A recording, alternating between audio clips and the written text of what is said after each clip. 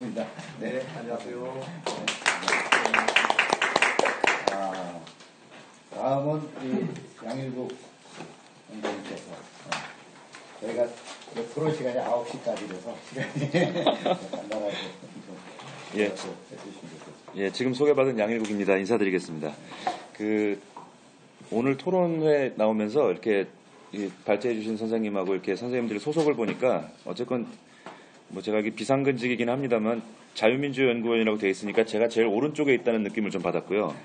또 저는 국제정치학을 전공했고 사실은 전쟁, 평화 이런 쪽이 제 주로 연구 분야다 보니까 사실은 정치 철학이나 사상은 제가 깊이 있게 연구하지 못했습니다. 그래서 이제 대학원에서 학위 받는 과정에서 이렇게 좀 수박 겉핥기식으로만 봤던 그런 부분인데 오늘 이번 기회에 또 공화주의에 대해서 다시 한번 정리하는 기회가 돼서 좀 저도 뜻깊은 시간이었습니다. 이제 종종 앞서 선생님들께서 평민이나 이런 약자들의 입장을 좀 반영하는 대변하는 그런 정치가 필요하다고 이제 의견을 모으셨는데 적어도 공화주의나 이런 정치 철학에 대해서는 저는 평민의 입장에서 말씀드린다는 점을 말씀드리겠습니다. 요즘 들어서 이제 중도나 공화주의가 특히 많이 이렇게 언급이 되는데 공화주의 그러니까 중도라는 것은 이제 종교적인 의미에서 볼 때는 중도는 거의 최고의 경지입니다. 예를 들어서 좌우에 어중간한 상태라기보다는 그 시기 가장 현명하고 그 시기에 마다 가장 바르고 도덕적인 것을 선택할 수 있는 지혜. 그러니까 대개 이제 불교에서 중도, 중용 그러면 거의 주지스님급의 그냥 최고의 어떤 걸 갖춘 사람들이나 할 수 있는 거지. 대충 눈치 봐가면서 중간을 선택하는 사람이 중도라고 하는 것은 조금 이제 어울리진 않는다는 입장입니다. 그러니까 일반적으로 중도 그러면 이제 중간값 또는 무슨 적절한 상태 또는 분명하지 않은 상태, 좀 애매한 상태, 또 극단에 치우치지 않는 좀 둥글둥글한 상태 이런 것들을 다양한 의미를 내포하지만은 이게 어떤 정당이나 정치인이 중도냐 아니냐를 판단하려면 꽤 축적된 좀 시간이 필요하다는 입장입니다. 예를 들면 제가 이제 때로는 대학 교수님으로 때로는 제가 속했던 기관장으로서 모셨던 두 분의 원로분이 계신데 한 분은 70년대 동아일보 주필을 하셨어요. 그러니까 중앙정보부에 한 2번 끌려가신 겁니다. 그러니까 그분 이제 교수님 사석에서 이제 저녁 대접하면서 교수님 박정희 대통령 시절 생각하면 이가 갈리지 않으세요? 그러면 이는 갈리지 이렇게 얘기는 하지만 그분은 강단에서나 어떤 연설하실 때 그 박정희 대통령 시기의 긍정적인 면도 아주 올바르게 지적을 하신 것입니다. 그래서 참 인간적으로 대단하다는 생각을 했습니다.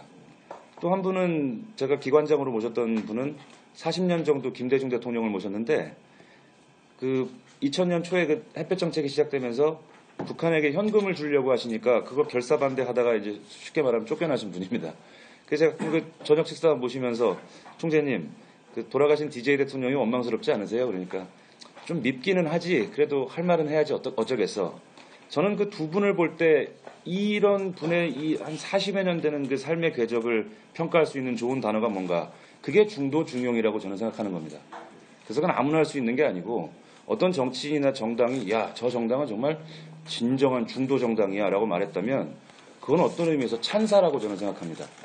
그래서 제가 오늘 선생님의 발제를 듣고 나서 좀 느꼈던 점은 중도라는 것이 갖고 있는 그것은 원만한 측면만이 좀 강조되는 느낌이 드는데 저는 중도 정당은 어떤 의미에서는 좌하고도 대립할 수 있고 우하고도 대립할 수 있는 개념이라고 저는 말씀드리고 싶습니다.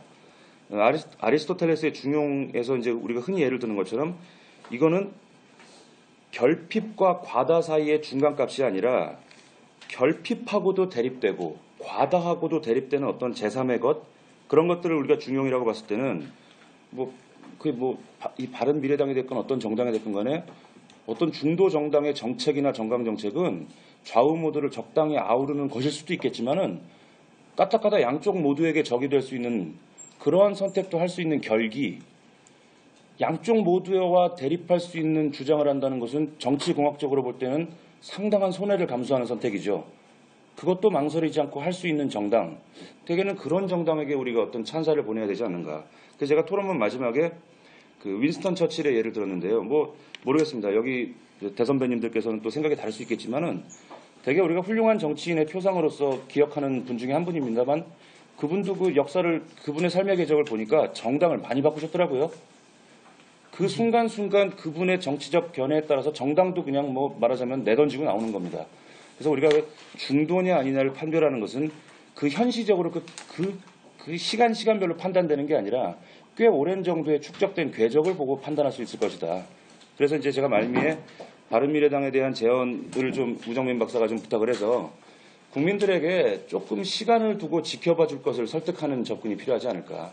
진정한 중도인지 아닌지 좀 지나봐야 합니다. 이게 행인지 불행인지 제가 이달 31일에는 다른 정당이 주최하는 세미나에서 김정은 답방에 대한 발제를 하나 준비하고 있는데요.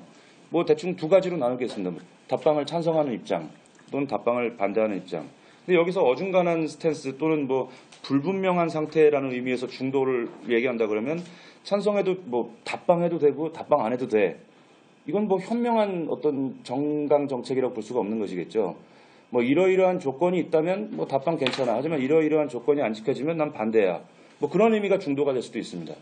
근데 역시도 시간이 좀 지난 다음에 뭐 한 수십 년 지난 다음에 뭐 통일이 됐을지 뭔가 모르겠습니다만은 야 통일이 되고 나서 생각해 보니까 그 당시에 김정은의 답방을 찬성했던 쪽이 나는 좀 좌파에 좀 치우쳤다고 믿었는데 지나고 보니까 그 사람이 현명했네? 내지는 수십 년이 지난 다음에 남북한 관계가 더 경색되고 더 군사적으로 대립되는 상태가 됐다면 야 지금 와서 보니까 그때 저 김정은 답방 찬성했던 사람들 그거 나는 원만하고 둥글둥글한 주장인 줄 알았는데 지금 와서 보니까 형편없네. 이렇게 될 수도 있다는 겁니다. 그러니까 우리가 중도, 공화주의 이런 것들은 어느 정도 시간적 궤적을 보면서 관찰해야 될 개념이 아닌가라는 저의 생각을 토론문에 담았습니다. 그리고 공화주의라는 것이 현대 민주주의와 이제 양립할 수 있고 조화를 이룰 수 있느냐에 대해서 저는 조금 우파의 입장에서 조금 자유주의에 경도된 입장에서 좀 제 생각을 좀 적었는데 공화주의가 얘기하는 그 핵심 가치는 공공선인 것 같습니다. 제가 선생님 그 논문을 읽어보니까. 근데 공공선이라는 것은 참 도덕적이고 윤리적인 개념이지만은 그것이 현실 정치에서 나타날 때는 대다수가 옳다고 믿는 어떠한 여론, 이런 형태를 굳혀야 될 겁니다. 그러니까 필연적으로 공공선이라는 것은 그것을 동의하는 사람에겐 참 마음 따뜻한 것이고 와 나처럼 생각하는 사람들이 대다수네. 그런 어떤 위안감이나 안도감을 주겠지만은 그렇지 않다고 생각하는 사람한테는 이게 엄청난 억압인 겁니다. 그래서 공공선이라는 개념은 필연적으로 소수의 자유를 억압하는 측면이 있기 때문에 이것의 밝은 측면만 주목해서는 안 된다는 것이 저의 생각입니다.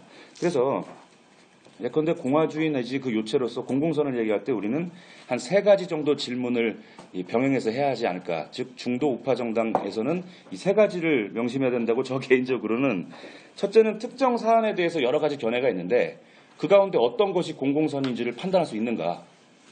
만약 판단할 수 있다면 누가 판단할 거고 그 판단하는 주체는 뭐 능력 있는 엑스퍼트한 개인인가 아니면 어떤 집단인가. 그리고 공공선의 어떤 의미로 어떤 절차나 의미를 거쳐서 공공선이라고 여겨지는 어떤 주장이나 명제에 대해서 반대하는 것은 부도덕한 것인가. 그런 부분도 함께 병행해야지만 공화주의의 중요한 가치인 자유 이것을 수호할 수 있지 않을까라고 생각합니다. 그래서 이러한 모든 그 현대 한 200여 년간의 정치체제의 변동을 보면은 때로는 공공선이란 이름으로 때로는 다수 군중의 이름으로 뭐 때로는 뭐 압도적인 다수 뭐 등등 이런 이름으로 이 말하자면 개인의 자유를 억압하는 사례들이 많았습니다. 프랑스 혁명도 그런 측면이 있었고요. 또 뭐 가깝게는 뭐 독일의 파시즘도 그런 측면이 있었습니다.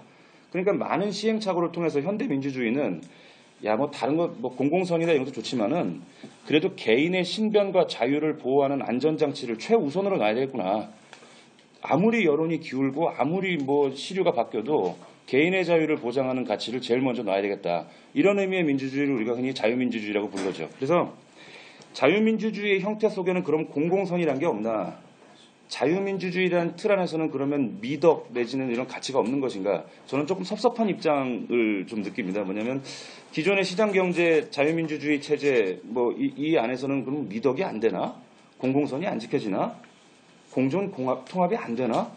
충분히 가능한데도 불구하고 어떤 일부 정치 세력들 내지는 어떤 주류 정당에서 잘못된 모습을 보인다고 해서 이 체제 자체가 근본적으로 미덕이나 공공선을 추구할 수 없는 그런 체제라는 점에 대해서는 조금 저는 이의를 가지고 있습니다. 그리고 마지막으로 중도의 정치는 어떤 공화주의 공공선과 반드시 합치되지 않을 수도 있다.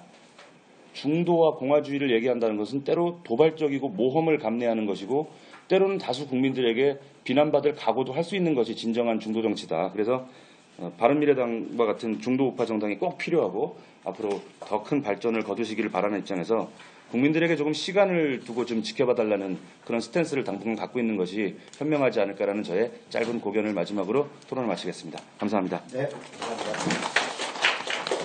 우리 최승현 의원님. 예, 최승훈입니다. 저는 그 발제자 선생님